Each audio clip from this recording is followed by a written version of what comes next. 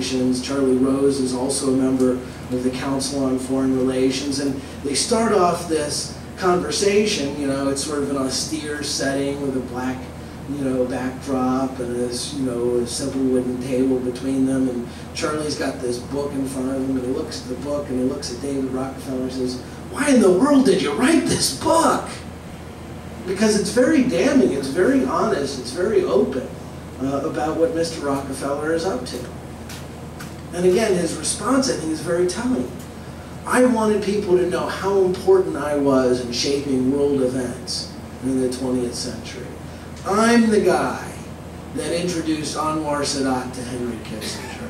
I'm the guy that was driving these events, right? And on the back cover, there's, you know, Kofi Annan and talking about what a candid, honest statement this was and what a wonderful book to read, and all these heavy hitters that talk about how genuine and open this book is, and in fact it really is.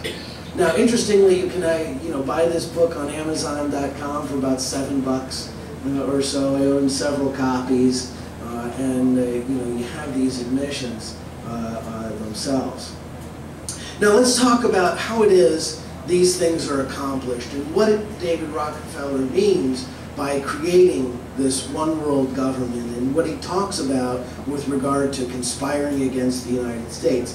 Now this guy, Arthur Schlesinger Jr., again, this may be a name that you recognize. He's been a well-publicized author. He has written a number of books. Historically, he was an officer in the Office of Strategic Services. This was the forerunner to today's CIA.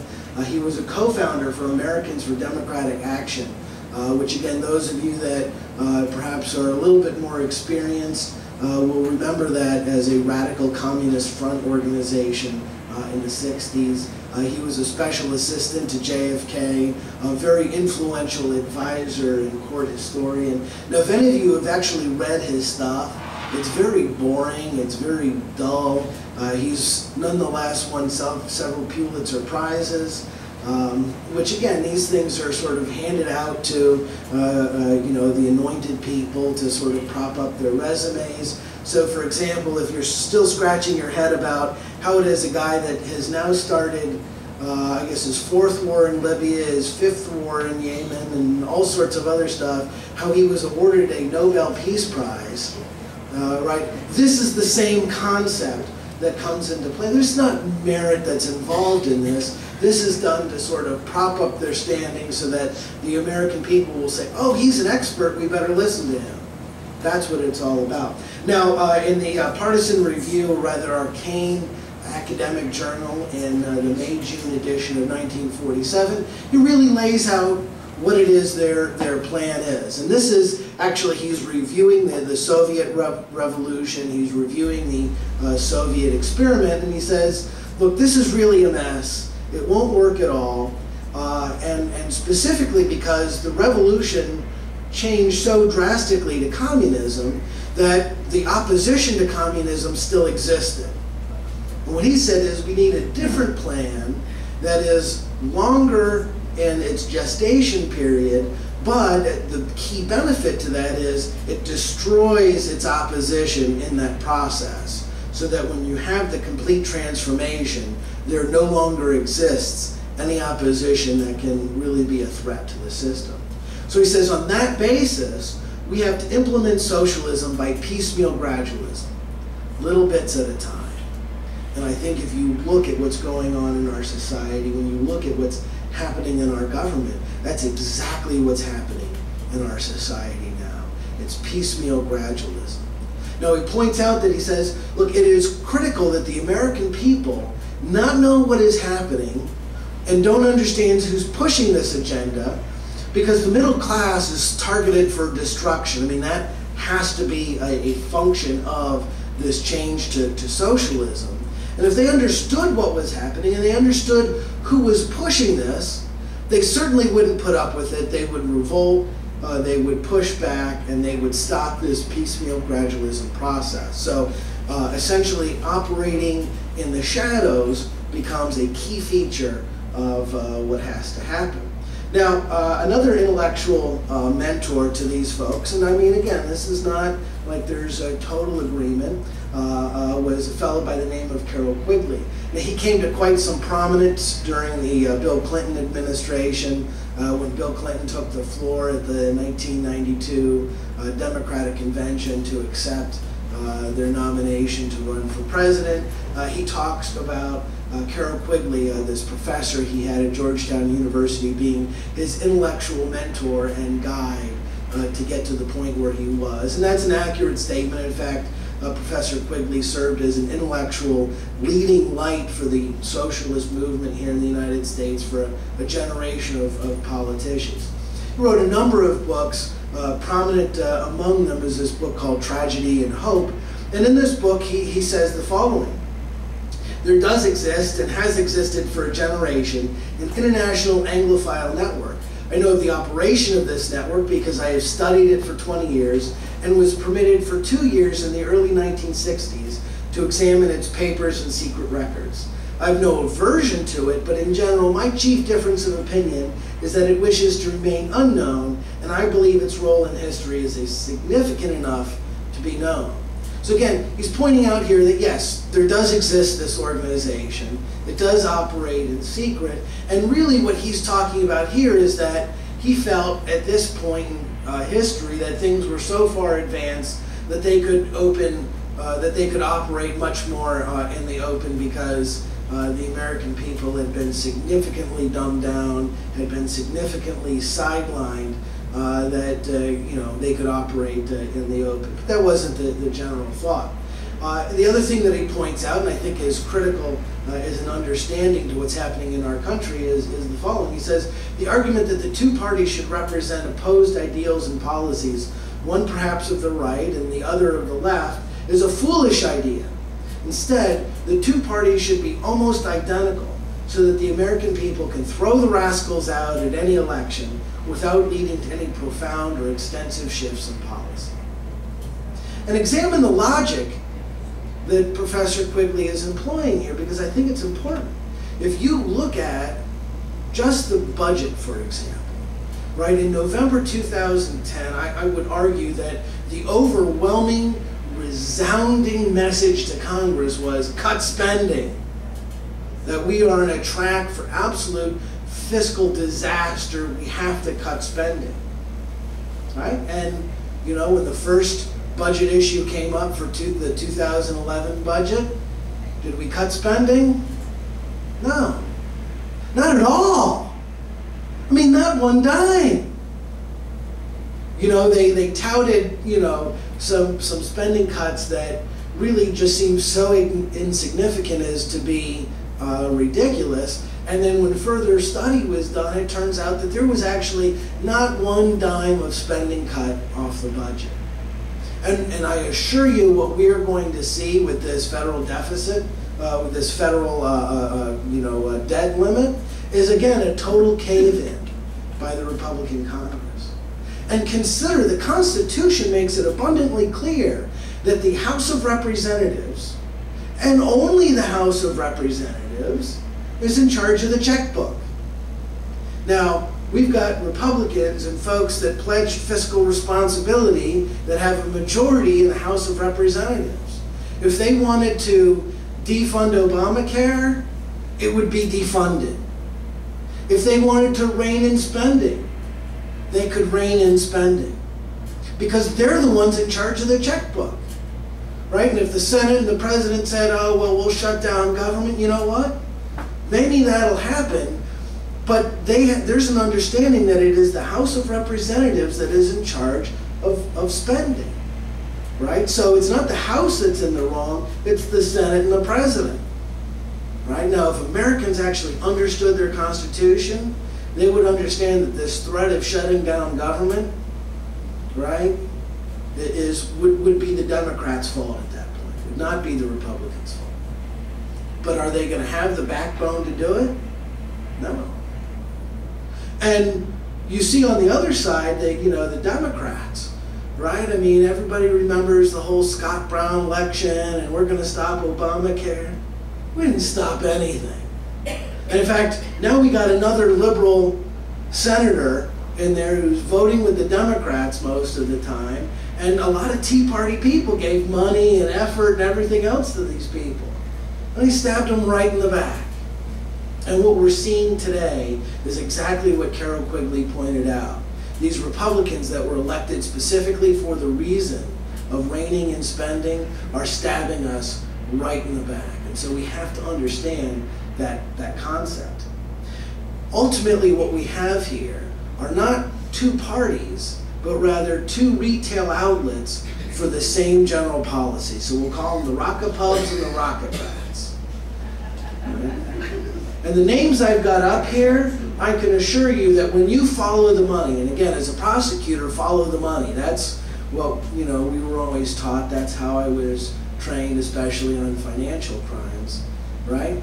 These people are so imbued with money that tracks back to David Rockefeller, the Council on Foreign Relations, and the socialist agenda, that I can assure you, I can guarantee you, that these people are enemies of the Constitution. Every one of them.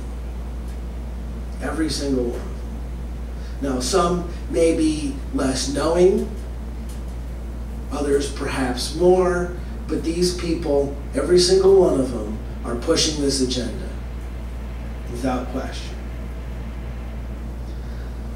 Now, I was, and I'll handle questions at the end, and take notes or whatever. My father was in military intelligence. I've got a good friend of mine, Mike Tommaso, who's also a military intelligence guy. Both of them, their specialty was counterintelligence. And they say, one of the most effective ways for enemy agents to operate in the U.S. government is this concept of hiding in plain sight. And they're going to have organizations that will have a claim to legitimacy. And sound really impressive, and they will tell you that they're just debating societies or those kinds of things, and these are where they congregate, and they don't necessarily make that public, but if you do a little bit of digging, you can certainly see that. And to sort of highlight that concept, here's former Vice President Dick Cheney. Vice President Dick Cheney once served as a director, a relationship that Cheney concealed during his congressional career. It's good to be back at the Council on Foreign Relations. As Pete mentioned, I've been a member for a long time and was actually a director for some period of time. I never mentioned that when I was campaigning for re-election back home in Wyoming.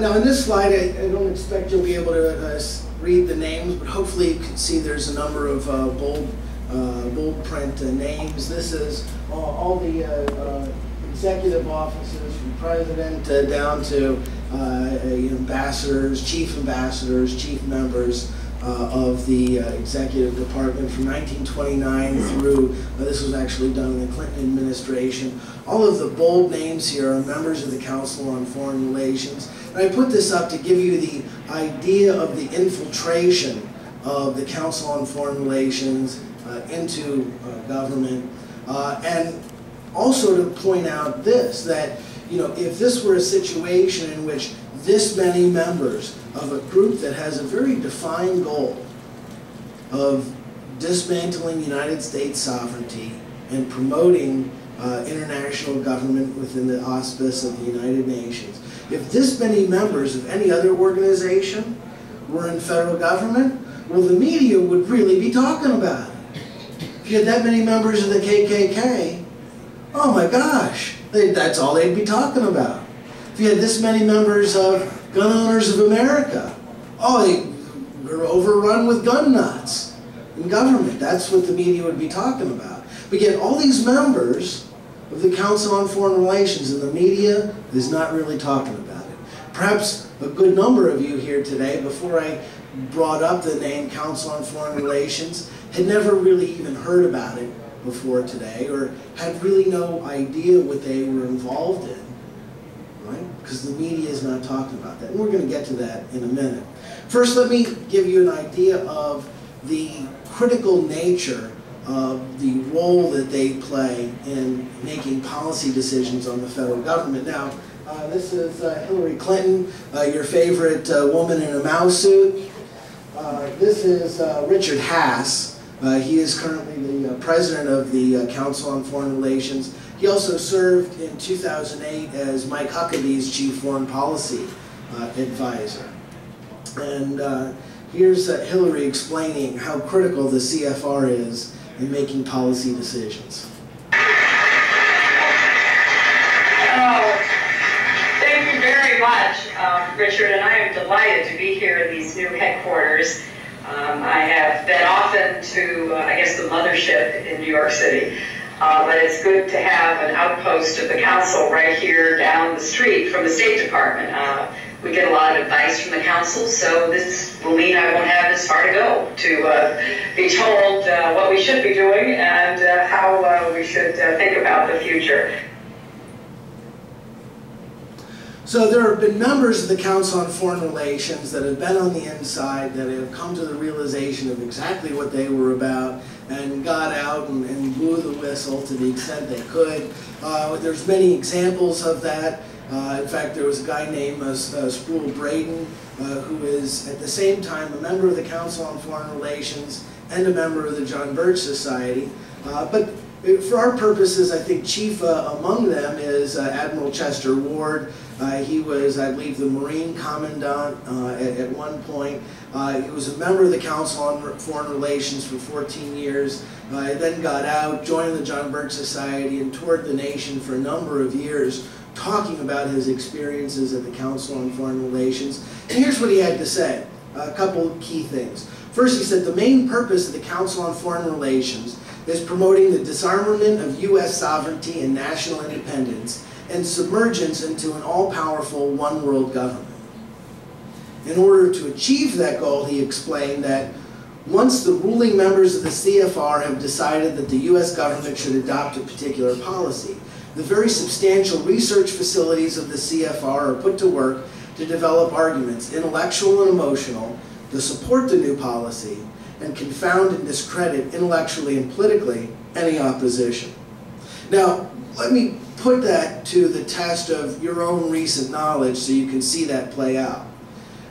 It is probably not without risk of having tomatoes thrown at me in this room that I say the concept of man-made global warming is junk science and is absolutely discredited when you actually look at real scientific data. There's nothing to it at all. Now, the planet may be getting warmer or cooler, but that's a natural cycle, and in fact, when you go back to the medieval period, you will see that the planet was actually much warmer than it is today.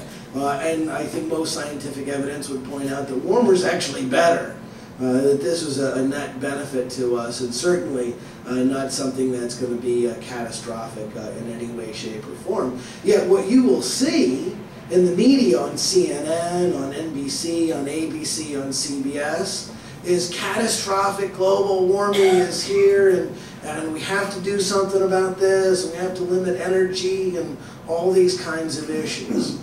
And if you're somebody that says, hey, this is junk science, well, you're like a Holocaust denier, right? And so you can see this concept of the policy being promoted and opponents being absolutely denigrated and destroyed in the media. And that's what this is all about, that puts it into some context. Now let me give you another example of media manipulation. Again, some of you might remember this smiling guy here. Of course, compared to the Obama administration, you're probably thinking, oh, I don't know, this guy's looking better now, right? Well, let's take a look at the situation. Now, 7 months prior to the 1976 Democratic National Convention, what percentage of people that are registered Democrats favored Jimmy Carter or even knew who Jimmy Carter was? All right? Now, we're talking about, you know, in essence, like, you know, March of next year. Could you imagine a candidate running for president on the Republican ticket? Nobody has any clue who he is until March of 2012 and what chance the guy would have? I mean, you'd think next to none, right? 4%. That's it. He was a relative unknown. And again, you know, think about Barack Obama. If you go back just a few years, I mean, until he got a spotlight appearance in the 2006 presidential, or no, 2004 presidential Democratic National Convention, you know, nobody had any idea who Barack Obama was. In the vast majority of the country, if you would have said the name Barack Obama, they probably would have thought you were talking about a foreign terrorist. I don't know, we might still be talking about a foreign terrorist. You know, that's a debatable point, right? But nobody knew. Well, a rather interested political pundit that you know, witnessed this whole thing in his autobiography made comments specifically about this. Senator Barry Goldwater said this about this election cycle. He said, David Rockefeller and Zbigniew Brzezinski found Jimmy Carter to be their ideal candidate. They helped him win the nomination and the presidency. To accomplish this purpose, they mobilized the power of the Wall Street bankers and the media controllers. Now, this guy was a total unknown, but yet once it was decided that this was going to be the guy, well, he was on the cover of Time magazine, he was in Newsweek, he was, you know, almost nightly paraded on ABC, CBS, NBC, right? During daytime television. You would have seen this guy in all kinds of game shows, you know, $1 Million Pyramid and all this kind of stuff, right? To introduce him to the American public and get that name, Jimmy Carter, out there and resonating with the American people. That's what went on, right? And to give you also an example what he's talking about with the Wall Street bankers, consider this. Another example of this going down was with the Woodrow Wilson election cycle. Now, when Woodrow Wilson ran for president in 2012 the first time, 2/3 of his entire campaign finance for the entire run for president, 2/3 came from just 7 people. All of them Wall Street bankers. All of them would later be intricate members of the founding of the Council on Foreign Relations. Just 7 people. That's the power that we're talking about. Now, Barry Goldwater goes on in his book to give further explanation about this. Now here he's talking about the Trilateral Commission. What I can suggest to you that for our purposes, Council on Foreign Relations, Trilateral Commission, we can use them interchangeably here today. Although, you know, as a point of detail, they are different organizations. They have different memberships. They have slightly different agendas to push towards the same goal, this world domination, world government, and socialist tyranny. But here's what he has to say. He says the Trilateral Commission is intended to be the vehicle for multinational consolidation of the commercial and banking interests by seizing control of the political government of the United States. The Trilateral Commission represents a skillful, coordinated effort to seize control and consolidate the 4 centers of power: political, monetary, intellectual, and ecclesiastical. What the Trilateral Commission intends is to create a worldwide economic power superior to the political governments of the nation-states involved. As managers and creators of the system, they will rule the future. Now let's back up for a moment and talk about these 4 centers of power that Barry Goldwater is talking about. First, political, and we've seen a little bit of that in terms of infiltration of the CFR into government institutions. By monetary specifically, I'm talking about the Federal Reserve System.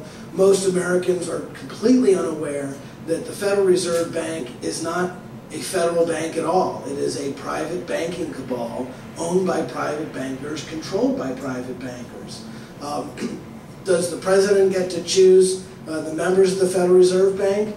Yes, but understand, he only gets to choose from a list provided by the owners of the Federal Reserve Bank. So, I mean, it's not like he can choose anybody. He can only choose people from a list provided to him. Recently on 60 Minutes, Ben Bernanke was explaining that when they do these bailouts and stimulus bills, what they are doing is going into their computers, to these big banks, and just changing the numbers to add a couple zeros to their accounts. And when the 60 Minutes correspondent says, so essentially you're printing money. He says, yeah, that's right, effectively we're printing money. Now when they print money, that means the value of the dollars in your pocket go down. And it's even more insidious than this because these big bankers get the first benefit of this new money, so they get to spend it before inflation sets in, but by the time it, gets to you, well, inflation's gone up and now you're paying $4 a gallon for gas, you're paying more for bread, you're paying more for housing. All of these things are hitting. Effectively, they are using you to bankroll their agenda through the Federal Reserve Bank. And that is why, as Michelle pointed out, books like The Creature from Jekyll Island are so critical for Americans to understand what's going on in the Federal Reserve System. And understand that since it was created in 1913, there's not been a single audit of the money in the Federal Reserve System. Not a single audit. And sadly, there's only really one member of Congress that's even talking about it in any way, shape, or form. And that's a fellow from Texas by the name of Ron Paul. Now, intellectual is key. If any of you have ever sent your kids off to college and they come back raving socialists, understand that this is what we're talking about, because when you have the Ford Foundation, the Carnegie Foundation,